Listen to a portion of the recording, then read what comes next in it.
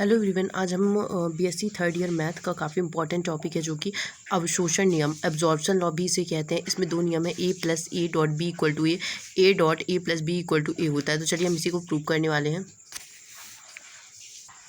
तो इसका पहला नियम हम प्रूव करते हैं जो कि दिया गया A plus A dot B equal to A prove करना है। तो सबसे पहले हम क्या करेंगे, इसमें यहाँ पे हम एक का गुणा कर सकते हैं, बिल्कुल कर सकते हैं। इससे एक का गुणा करने में कोई फ़र्क नहीं पड़ता, ठीक है। तो इसलिए हम एक का गुणा कर सकते हैं, पर बूलियन बीजगणित में आपको बहुत बड़ा फ़र्क देखने को मिल जाता है।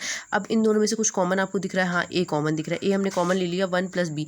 चूँकि आपको ये किस नियम से किया, हमने वितरण नियम से, वितरण नियम से आप वितरित भी कर सकते हैं और इसमें से कुछ भी कॉमन भी ले सकते हैं, ठीक है। वितरण नियम के बाद क्या आ गया, b+1 आ गया। चूँकि आपको पता होना चाहिए 1 + b इक्वल टू क्या आता है, 1 होता है, इसलिए a.1 हो जाएगा और a.1 क्या होता है, हमारे पास a होता है। तो ये हमने पहला नियम प्रूव कर दिया। अब आते हैं सेकेंड लॉ में। सेकेंड लॉ जो है वो है a.a+b। इसको प्रूव करके भी हमें क्या लाना है, a ही लाना है। तो इसके लिए सबसे पहले हमें क्या करना है, a, तो इसका वितरण कर लेंगे। तो हमें ए के साथ में a+0 अगर लिखेंगे तो हमें क्या मिलेगा, a ही मिलेगा। a+b हो गया।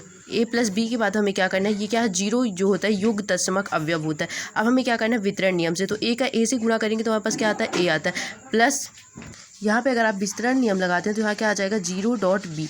चूँकि आपको पता होता है किसी संख्या से अगर हम 0 को गुणा करते हैं तो क्या आता है, हमारे पास 0 ही आता है। तो यहाँ पे आ जाएगा a+0 इक्वल टू क्या आ जाएगा, यहाँ पे हमारे पास आ जाएगा a। तो सेकेंड लॉ भी प्रूफ हो गया। यहाँ पे इन दोनों के लिए हमें a ही लाना था और एग्जाम के पॉइंट ऑफ व्यू से काफ़ी इंपॉर्टेंट। इसको जब हम अंदर मल्टीप्लाई करेंगे तो हमें यही मिलेगा। आप इसको चाहे तो मल्टीप्लाई a का मल्टीप्लाई a से करेंगे और 0 को मल्टीप्लाई b से करेंगे, बस इस तरह, इतना ही मल्टीप्लाई इसमें करना होता है।